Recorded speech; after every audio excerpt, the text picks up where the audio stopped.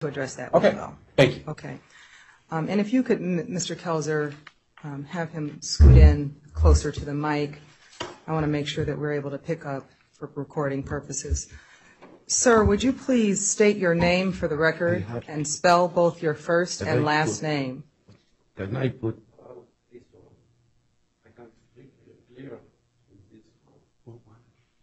Let me hear you speak first, because I actually just understood everything that you said.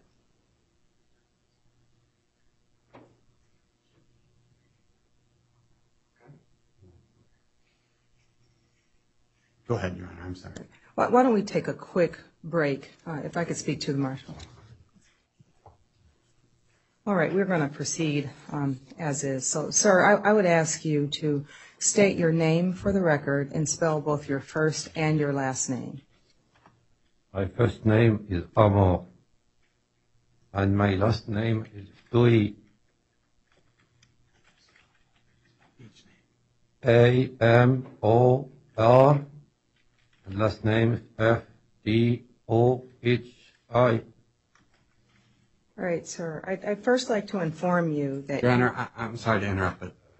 F-T-O-U-H-I. There was a U he omitted when he spelled his last name. It's F-T-O-U-H-I. Okay, I take him at what he says. I know. I've determined that after many conversations, that it's F-T-O-U-H-I.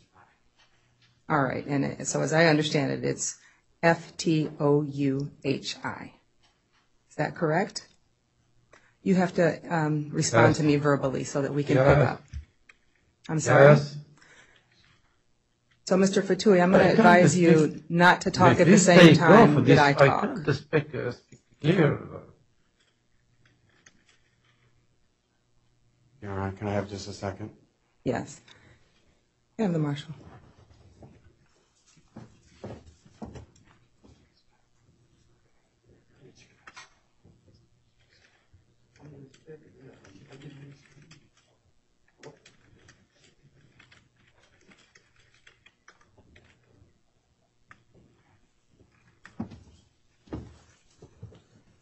Thank you, Your Honor. Thank you.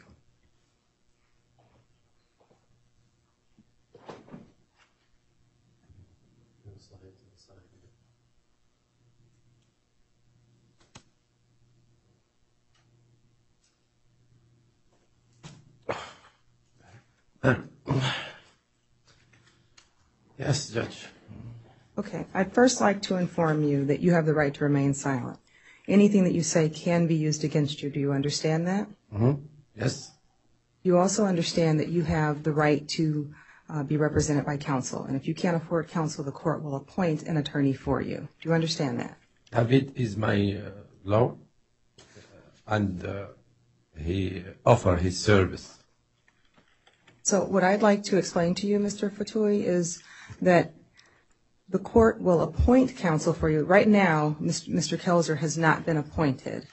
I have been presented with an affidavit, which it appears that you signed. Is that correct? Yes, yes. Okay. And this is a financial affidavit. If I find that you're eligible for appointment of counsel, then I will appoint one, and then we'll move on from there.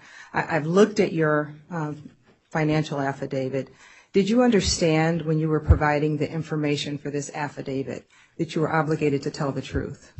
Yes, I tell the truth. All right. Do you understand that if it's later discovered that any of the information in this affidavit is untruthful, that that could subject you to a separate prosecution for perjury? Yes, I understand. All right. So I've reviewed your financial affidavit, and I find that you are, in fact, eligible for appointment of counsel. So I'm going to appoint the Federal Defender's Office, and that's Mr. Kelzer sitting next to you, will be representing you here today. His office will be representing you overall. Do you understand that? I understand. All right. Now, the purpose of your appearance here today is to make sure that you receive a copy of the criminal complaint that the U.S. Attorney's Office has filed in this matter. Did you receive a copy of that complaint? Yes. All right. And second, also to apprise you of the allegations of that complaint. I'm going to, Mr. Kelzer, did you have an opportunity to review the complaint with him?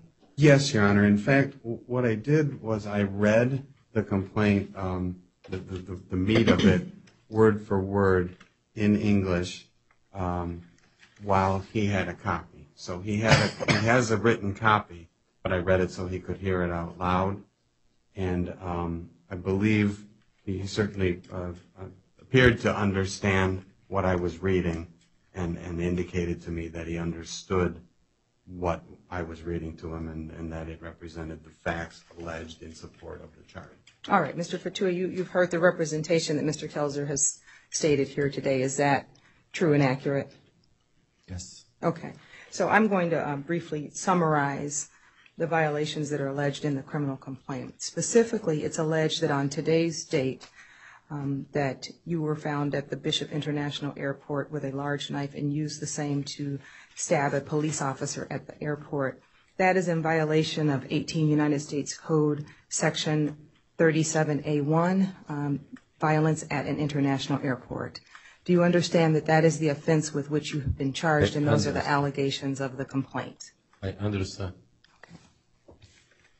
Right. Now, Pretrial Services has had an opportunity to interview you, and one of the things that we have to determine is whether you will be on bond pending trial or whether you will be released.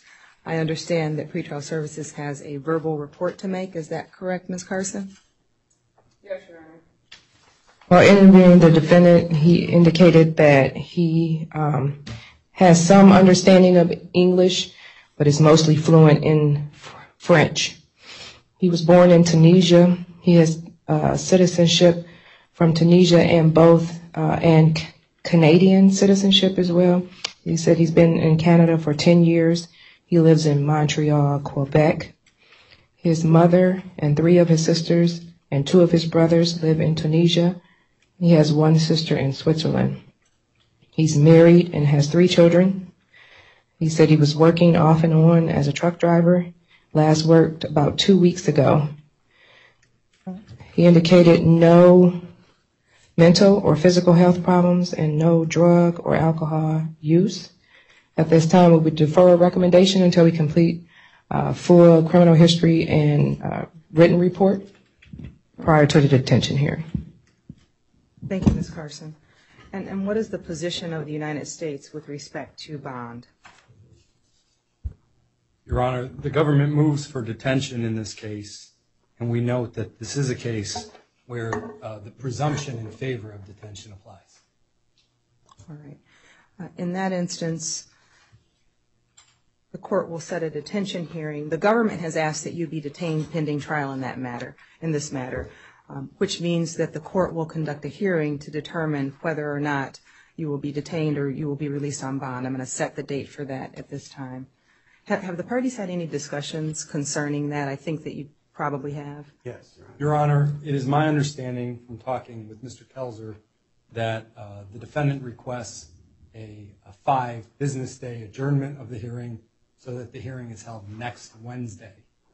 And the government does not have any We have no reason objection. to. I think he's entitled to it under the rule. All right. Ms. Hallwood, can you please state the time for the hearing? It'll be Wednesday, June 28th at 2:30 p.m. Your Honor, just for the record, I explained to Mr. Ftouhi that he has the right to insist on a detention hearing within 3 business days. The government can insist that it be 3, but he could insist on it being Monday. And I explained to him that I thought it was in his best interest to go the 5 days. I've communicated with Ms. Morgan, and he agreed with me that it would be in his best interest to have the detention hearing on that 5th day rather than the 3rd day. All right. Is that correct, Mr. Ftouhi? Yes. Okay. So we're going to move forward with the detention hearing on the 28th. In the meantime, I'm going to order that you be temporarily detained until that time, such time as we can hold the detention hearing. We will also set a date for the preliminary hearing following the detention hearing on that date. Okay. Is there anything else that the government would like to place on the record at this time? Just briefly, Your Honor, the defendant is a citizen of Tunisia and Canada and not a citizen of the United States. And so Rule 5D 1F requires that he be notified that an attorney for the government or a federal law enforcement official may notify a consular officer from Tunisia or Canada that the defendant has been arrested. It is my understanding that notification is mandatory with respect to Tunisia, and we will notify Tunisia of the defendant's arrest. It is not mandatory to Canada. However, we intend to notify Canada as well of the defendant's arrest.